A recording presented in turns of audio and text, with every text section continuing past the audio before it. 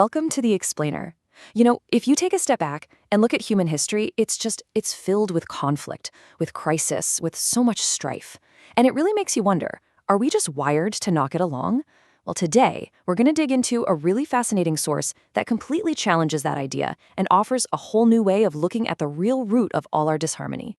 All right, so let's just jump right in and tackle the big question that our source material goes after from the very beginning. For a lot of people, the answer to this feels pretty obvious. After thousands of years of wars and injustice, it's so easy to just conclude that, yes, something is just broken inside of us, that maybe all this crisis and all this disharmony, maybe it's just part of being human. It's a pretty bleak outlook for sure, but you can see why people feel that way. And this is where our source material just throws a huge wrench in that entire line of thinking. It makes this incredibly bold claim. That pessimistic conclusion, even with all the evidence we think we have, is actually wrong. And that sets up the central mystery we're going to try to unravel together. So how does the source even begin to prove this point? Well, it argues that every single person has the ability to love. Think about it. The unconditional love a parent has for their child, or that deep, genuine care you feel for a close friend. The source even points out that the most hardened criminal you can imagine still has someone in their life they care about, someone they would never, ever intentionally harm. So you see, the ability to love, that's not the problem. This piece of evidence, it forces us to completely reevaluate what the problem actually is. If every one of us has the ability to love, then the root of all human conflicts, it's got to be somewhere else entirely. And this, right here, this brilliantly illustrates the core shift in perspective.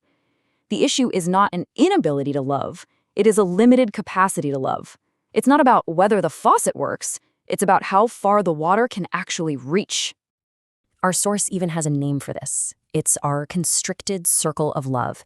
And what that means is that for most of us, we save our best, most considerate behavior for a really small group of people. Our family, our closest friends, basically the people who are most critical to our own sense of well-being and survival. And this completely reframes the entire problem, doesn't it? The real question isn't why can't we be good? The question becomes, how do we expand our capacity for love beyond these narrow limits we've set for ourselves? Because that is the key to creating more harmony in our lives and, really, in the world. So let's move on to the core theory from our source, which explains why expanding that circle is so darn difficult. It suggests that the reason is a constant, invisible tug-of-war that's happening inside every single one of us. According to our source, every human being is made of two fundamental parts. So, on one side, you've got the physical body. Its main tool is the intellect, and its primary driver is the instinct for survival.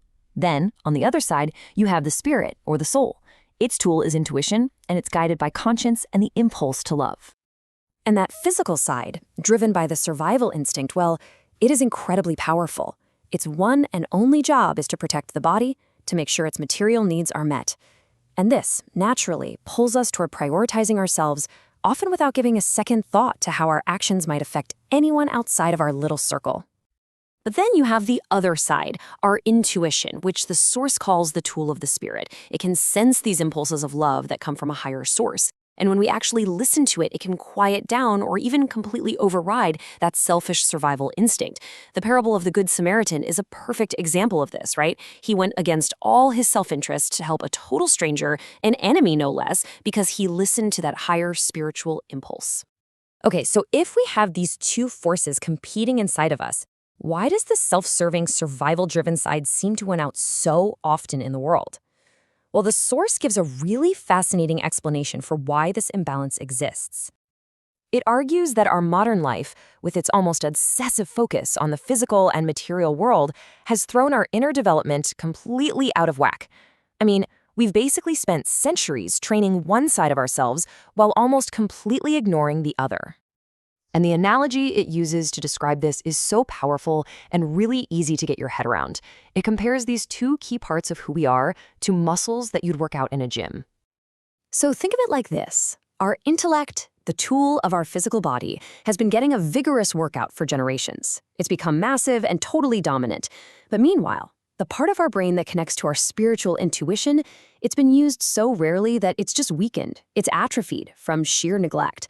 And this chart really gives you a stark picture of just how lopsided that inner imbalance has become. And the consequences of this are huge. Our overgrown intellect now intercepts everything, every thought, every feeling, every single impulse, and it immediately analyzes it from a what's in it for me perspective. And what that means is that even a pure, noble, spiritual impulse gets hijacked and twisted by the intellect into a self-serving action before we're even consciously aware it's happening. So, if the big problem is an overdeveloped intellect and a seriously neglected intuition, what's the solution? Well, thankfully, the source doesn't just diagnose the problem, it actually lays out a clear path for intentionally strengthening that spiritual muscle we've let get so weak. And what's really interesting is that the solution isn't about gaining more intellectual knowledge. It's not about reading more books. It's all about practice. First, by actively using our conscience to really evaluate our own thoughts and our actions. And second, by paying close attention to that quiet, inner yearning we all have for goodness and nobility. That little feeling that connects us to something beyond just our material needs. Heeding that feeling is like doing a rep for your intuition. Forgiveness is also presented as another crucial exercise. Think about it. When someone wrongs us, our survival instinct just screams for self-protection and maybe even retaliation. Well, the source explains that the sheer effort it takes to consciously choose forgiveness actually taps into our wellspring of love, and every time we do it, we strengthen and expand it. And ultimately, this explainer circles right back to this timeless piece of advice. But it's not just a nice sentiment. It's being framed here as a powerful, practical training tool. Every single time we choose to act on it, we are actively training ourselves, slowly but surely building our capacity to love and expanding that circle just a little bit wider. And all of this leaves us with a final thought to reflect on. In that constant inner tug-of-war between the intellect's drive for survival and the intuition's call to love, which side are you actively training? Which muscle are you choosing to exercise in your own life, day in and day out? Because the balance, it seems, is entirely up to us.